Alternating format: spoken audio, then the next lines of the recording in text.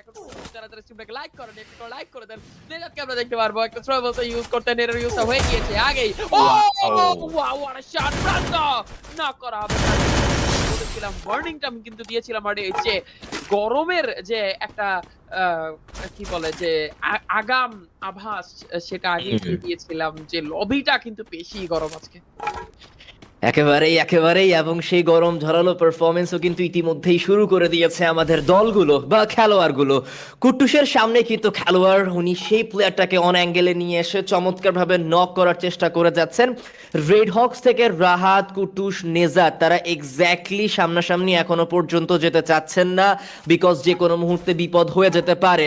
Blade FGL এর charge করবেন ভাবছিলেন, বাট পরবর্তীতে সেই সিদ্ধান্ত থেকে বিরত থাকলেন। ওয়াল মেল্টার ব্যবহার করা হয়েছে, প্রেশার দেওয়া হচ্ছে, দুই দিক থেকে একসাথে আক্রমণ করা হলে বাংলাদেশ টপ ওয়ান তারা প্রেশারাইজ হবে no doubt. On the other side reflex তারাও ফাইট করছে, ব্লেড ঢুকে পড়েছেন, ব্লেড নক বের করেছেন, কিলও কনফার্ম করলেন। তার পাশাপাশি রাহাত এসেও একটা এক্সট্রা স্পাইসিনেস এই ফাইটের মধ্যে যুক্ত করেছেন। ফ্লিকার এখন তাকে পিছিয়ে পড়তে হবে, তাছাড়া আর কোনো পথ এই খেলোয়াড়ের সামনে খোলা নেই। নেজাতকে নক করেছে, একটুখানি সময় তো অবশ্যই পাবে ফল ব্যাক করার। টপ ওয়ান প্রান্ত অ্যান্ড টপ ওয়ান ফ্লিকার এই দুজনে কিন্তু এখনো পর্যন্ত জীবিত, দুটো বিএসকে পেয়ে গিয়েছে অতি দ্রুত, এটা খুবই চমৎকার একটি বিষয় ফ্লিকারের জন্য। এবং ব্লেড সহকারে রেড হক্সের বাকি খেলোয়াড়রা কি আদেও চেস করবেন নাকি ফ্লিকারকে, সেটা হচ্ছে দেখার বিষয়। কুট্টুস একেবারেই সামনাসামনি চলে গিয়েছেন, সে জানে না যে এক্স্যাক্টলি ফ্লিকার কোথায়, বাট ফ্লিকার দেখছে যে কুট্টুস কোথায়, এবং যদি এই মুহূর্তে আক্রমণটা করে তাহলে পজিশন রিভিল হয়ে যাবে এবং উল্টো আরো একবার বিপদে পড়তে হবে। না সেটা তো আছে। এখন ফ্লিকার মানে অপোনেন্টের যে ফ্লিকার আছে, যেহেতু লিগ্রোম না, তারা কিন্তু জানেন খুব ভালোভাবে তাকে কি সলো চেস করাটা। ও ওয়াও ওয়াও, ইদানিং আসলে রেজরা এই কাজটা করতেছে, যেটা আসলে আমার কাছে মনে হয় যে রেড হক্সের কি দুশ্চিন্তার জায়গা হয়ে দাঁড়াবে, কারণ রেজরা খুব দ্রুতই কেপটাউন থেকে রোটেট করে আসলে চলে আসেন মিলের দিকে, কারণ তারা জানেন রেড হক্সের সাথে কোনো না কোনো দল ক্ল্যাশ করে, এন্ড সেটার জন্যই কিন্তু আসলে এই এত দ্রুত রোটেশন নেওয়াটা রেজদের, যেটা আমার কাছে মনে হয় যে রেজদের পয়েন্ট অফ ভিউ থেকে খুবই ভালো একটা ডিসিশন। এখন কথা হচ্ছে কি যে রেজরা কি যে কাজের জন্য এসেছে সেই কাজটা করতে পারবেন কিনা। এখানে খেয়ে যাবেন, ক্যারেক্টার গুলো অলরেডি ডিসেবল হয়ে গেছে, গ্রেনেড যাবে ব্লেডের সাইড থেকে, এন্ড কিল একটা কনফার্ম হয়ে যাবে রেড হক্সের জন্য। এন্ড মোকোটা চলবে, সামনের প্লেয়ারকে টেক ডাউন করার জন্য জাম্প করবেন, নেজাত সামনে আরো একটা প্লেয়ারকে স্পট করবেন, এন্টিমিটার ইউজ করবেন, look how quick this player is. এবং কুটুস পিছন থেকে ট্রাপে ফালিয়েছেন একটা ফাঁদে ফালানো হবে প্লেয়ারদের রেজের, এন্ড রেজরা এখানে পুরো টিম গেল না তিনজন গেল সেটাই দেখার বিষয়।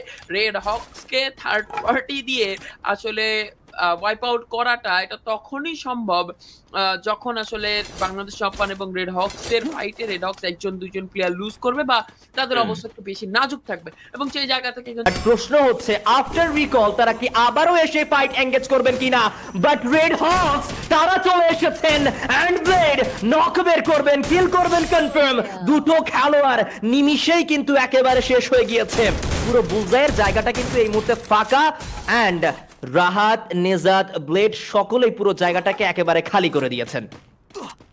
একদম লঞ্চারটা আরেকটা লঞ্চার যাবে, আরো একটা ফুল লঞ্চার, বাট তুষিন তো ভুল করবেন না। দিনকে দিন এই তুষিন প্লেয়ারটা যেভাবে নিজের রোলটা পরিবর্তন করে নিজেকে মেলে ধরতেছেন, প্রশংসা করতে হবে তুষিনের, যত করি ততই কম। But Bangla unity has been wiped out by Bangladesh top one. আমার কাছে মনে হয় শুভর এই স্কিলগুলো কনফার্ম হওয়ার পরে তো এমনই লাগছে। এখন কথা হচ্ছে গিয়ে যে ফ্লিকার মানে টপ ওয়ান থেকে 2টা কিল করেছেন, তার কাছে ডাবল ভিএসপি আছেন, এবং সেকেন্ড লাস্ট জোনে যেখানে 35টা প্লেয়ার লাইভ ডাবল স্নাইপার আলা flicker, he is very very dangerous. Player যাবেন নিজের প্লেয়ারকে বাঁচানোর জন্য, কুটুসকে নক করা হয়েছিল, কুটুসকে আবার বাঁচিয়ে দেওয়া হবে, নেজাত নক করে আছেন, নেজাতকে বাঁচানো সম্ভব কিনা এইটা একটা কোশ্চেন। বাট যতক্ষণ কুটুস আছেন ততক্ষণ পর্যন্ত টিম একটু নিশ্চিন্তে থাকতেই পারে।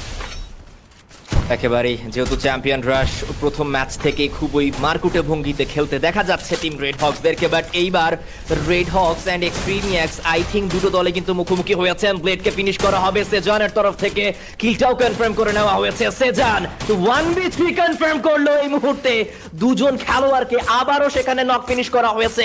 রেড হকস বড় বিপদে, সেজান রাহাত ব্লেড দুজনের কিলি কিন্তু কনফার্ম করেছেন উনি একা। এক্সট্রিমিয়াক্স ইতিমধ্যেই প্রায় 8টি এলিমিনেশন নিয়ে খুবই ভালো